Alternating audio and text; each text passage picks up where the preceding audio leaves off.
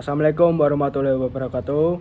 Perkenalkan, kami dari kelompok Gotong Royong. Di sini kita akan membahas tentang prinsip yurisdiksi teritorial dalam hukum internasional. Di sini kami beranggotakan saya R. Prawira Adinata dengan NIM 244100129. Saya Fernanda Dewa Brata dengan NIM 244100162. Dan saya Muhammad Faiz Fastaid Bilah dengan NIM 244104445. Saya Alvindra Kansa dengan NIM 244100375. Saya Fadila Adam dengan NIM 2441065. Di sini saya akan menjelaskan tentang apa sih prinsip yurisdiksi teritorial itu. Menurut prinsip ini, setiap negara memiliki yurisdiksi terhadap kejahatan-kejahatan yang dilakukan di dalam wilayah atau teritorialnya. Dibandingkan prinsip-prinsip lain, prinsip teritorial ini merupakan prinsip yang tertua, terpopuler, dan terpenting dalam pembahasan yurisdiksi dalam HI, Hukum Internasional. Menurut Hakim Lloyd Macmillan, suatu negara harus memiliki yurisdiksi terhadap sebuah orang, benda, dan perkara-perkara perdata dan pidana dalam batas-batas teritorialnya sebagai pertanda negara tersebut berdaulat.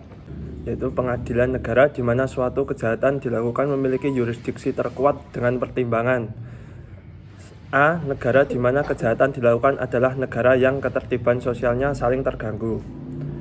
B. Biasanya pelaku ditemukan di negara di mana kejahatan dilakukan. C. Akan lebih mudah menemukan saksi dan bukti-bukti sehingga proses persidangan dapat lebih efisien dan efektif.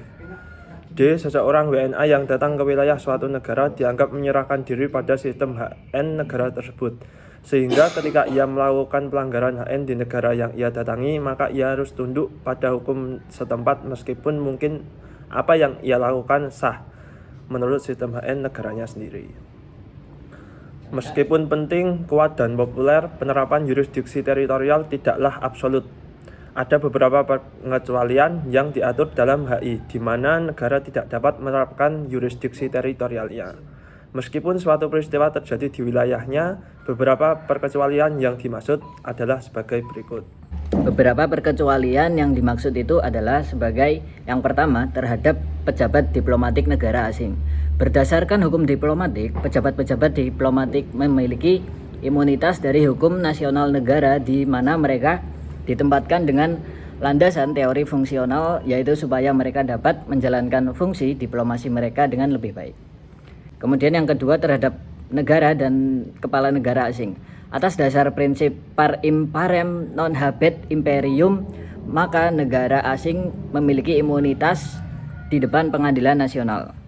Bila semua imunitas yang dimiliki negara asing ini bersifat absolut, maka kini berkembang menjadi restriktif.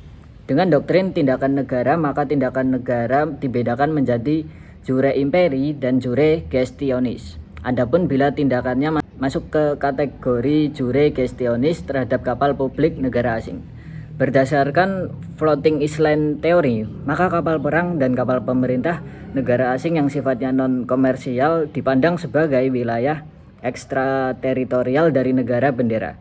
Sehingga dua jenis kapal ini memiliki imunitas dari yurisdiksi negara pantai dimanapun posisi kapal tersebut. Dan selanjutnya terhadap organisasi internasional.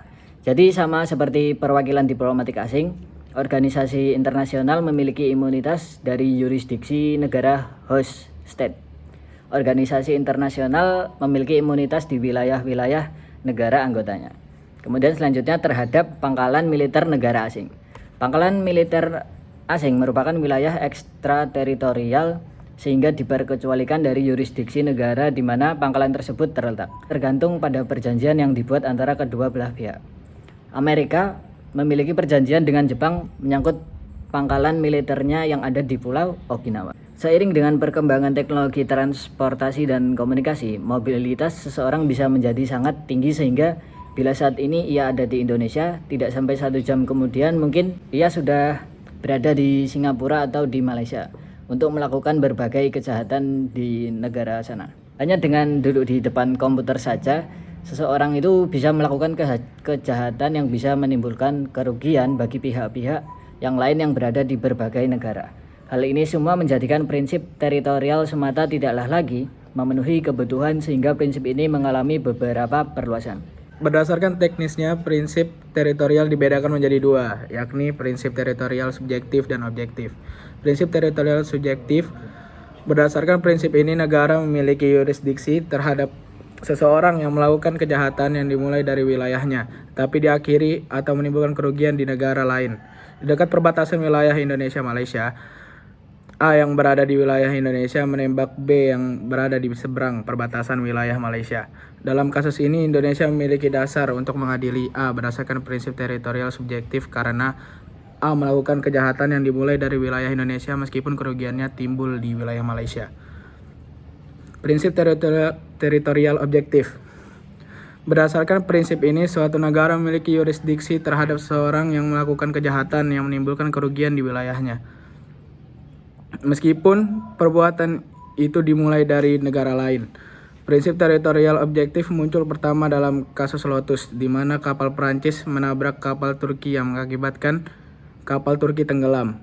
Turki mengeklaim memiliki yurisdiksi terhadap kapal Prancis karena menderita kerugian yang ditimbulkan oleh kapal wilayah ekstrateritorial Prancis.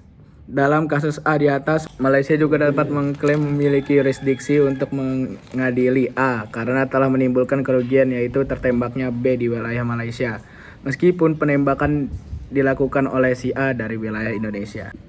Oke, di sini saya akan menjelaskan contoh kasus pada prinsip teritorial, yaitu kasus tentang Lotus Case PJIG tahun 1927. Kapal Prancis atau SS Lotus bertabrakan dengan kapal Turki Bozkurt di laut lepas. Beberapa warga Turki tewas. Turki menahan perwira kapal Prancis ketika tiba di pelabuhan Istanbul. Nah, prinsip teritorial pada kasus ini yaitu Turki mengklaim yurisdiksi karena korban adalah warga negaranya dan kapal Turki dianggap sebagai wilayah mengambang. Kemudian, keputusan Mahkamah Agung Internasional menyatakan bahwa suatu negara dapat mengklaim yurisdiksi selama tidak ada larangan eksplisit dalam hukum internasional, dan yurisdiksi teritorial dapat mencakup kapal berbendera negara tersebut. Pada kasus Lotus 1927 yang diputus oleh Permanent Court of International Justice atau PJIG adalah salah satu perkara penting dalam hukum internasional karena menetapkan prinsip-prinsip dasar tentang yurisdiksi negara dan batasan kedaulatan. Saya akan menyampaikan fakta kasus tersebut. Pada 2 Agustus 1926, kapal uap Prancis SS Lotus bertabrakan dengan kapal uap Turki Bozkurt di Laut Mediterania. Akibat tabrakan tersebut, kapal Turki tenggelam dan 8 awak kapal Turki tewas. Kapten Turki dan seorang prawira jaga kapal Prancis Demons dibawa ke Turki dan diadili di sana. Turki mendakwa bahwa Demons adalah atas kelalaian yang menyebabkan kematian. Prancis memprotes penangkapan Demons, mengklaim bahwa Turki tidak memiliki yurisdiksi untuk mengadili kasus tersebut karena kejadian tersebut terjadi di laut lepas dan kapal tersebut berbendera Prancis. Kasus ini kemudian dibawa ke Mahkamah Internasional Permanen atau PJIG untuk diputuskan. Nah, tindak lanjut pada kasus ini, jadi ketika kapal Lotus tiba di pelabuhan Istanbul, Demons atau prawira Prancis yang mengemudikan kapal ditahan oleh otoritas Turki dan dituntut karena kelalaian yang menyebabkan kematian. Jadi gimana Dewa, apakah Turki memiliki yurisdiksi untuk mengadili warga negara Prancis atas insiden yang telah terjadi di laut lepas? Dan di mana secara tradisional itu yurisdiksi hanya dimiliki oleh negara Prancis tersebut? Jadi menjawab pertanyaan tersebut saya akan membacakan argumen dari Turki. Jadi kapal Turki Bozkurt adalah perpanjangan wilayah nasional Turki atau wilayah terapung. Jadi Turki memiliki yurisdiksi teritorial. Nah, korban adalah warga negara Turki sehingga ada dasar yurisdiksi personal juga. Nah, namun saya akan juga menjelaskan tentang argumentasi Prancis di sini. Nah, di laut lepas hanya negara bendera, yaitu negara Prancis yang memiliki yurisdiksi terhadap kapal dan krunya. Turki melanggar hukum internasional dengan menahan dan mengadili perwira Prancis. Utusan PJIG tersebut. Nah, Turki tidak melanggar hukum internasional. Dalam hukum internasional, negara dapat bertindak dalam hal ini mengadili selama tidak ada aturan yang secara eksplisit melarangnya. Karena tidak ada larangan eksplisit bagi Turki untuk mengadili seseorang warga negara asing atas insiden di laut lepas, maka Turki diperbolehkan melakukannya. Ya, cukup sekian dari kelompok gotong royong. Jika ada salah dalam perkataan, mohon dimaafkan. Wabillahi taufik wa hidayat. Wassalamualaikum warahmatullahi wabarakatuh.